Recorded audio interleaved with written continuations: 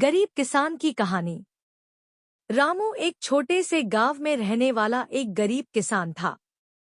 उसके पास सिर्फ 2 बीघा जमीन थी, जो उसके पिता से विरासत में मिली थी। यही जमीन उसके परिवार की रोजी रोटी का एकमात्र सहारा थी। रामू के परिवार में उसकी पत्नी सीता, बूढ़ी माँ और 2 छोटे बच्चे थे। दिन की शुरुआत सूरज निकलने से पहले होती और रात देर तक मेहनत करने के बाद ही खत्म होती। रामू बहुत मेहनती और ईमानदार किसान था। वह जानता था कि अगर उसने मेहनत छोड़ दी तो उसका परिवार भूखा रह जाएगा। हर सुबह वह बैलों को लेकर खेत पर जाता, हल चलाता, बीज बोता और फसलों की देखभाल करता। कभी तेज धूप, कभी ठंडी हवा, तो कभी बरसात।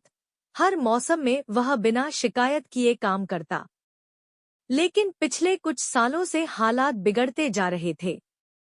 कभी बारिश समय पर नहीं होती, तो कभी ज्यादा हो जाती। एक साल सूखा पड़ता, तो दूसरे साल बाढ़। फसल ठीक से नहीं हो पाती थी। ऊपर से खाद, बीज और पानी का खर्च बढ़ता जा रहा था। गांव के साहूकार से लिया गया कर्ज भी धीरे धीरे बढ़ता जा रहा था।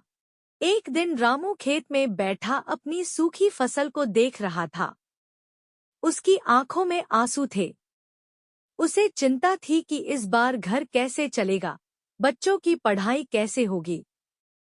तभी उसकी पत्नी सीता आई और बोली, हिम्मत मत हारो, भगवान सब ठीक करेगा।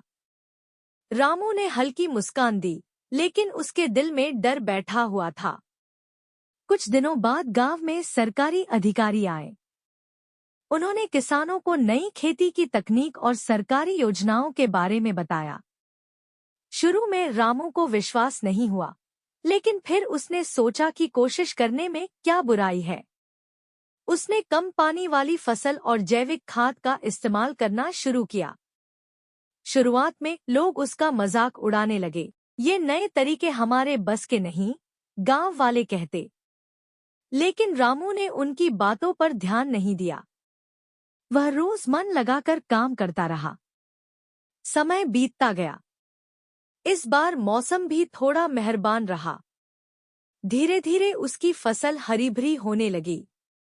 जब फसल पककर तैयार हुई, तो रामू की आंखों में खुशी के आंसू थे। सालों बाद उसे अच्छी पैदावार मिली थी। जब वह अपनी फसल मंडी में बेचने गया, तो उसे अच्छा दाम मिला। उसने सबसे पहले साहूकार का कर्ज चुकाया।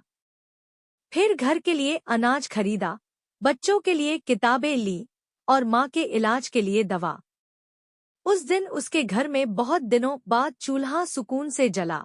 रामू की मेहनत देखकर गांव के दूसरे किसान भी उससे सीखने लगे। वह अब सिर्फ गरीब किसान नहीं रहा, बल्कि गांव के लिए एक मिसाल बन गया। वह सबको यही कहता, मेहनत, धैर्य और सही जानकारी से हालात बदले जा सकते हैं। एक दिन उसके बेटे ने पूछा, बाबा, क्या हम फिर कभी गरीब होंगे?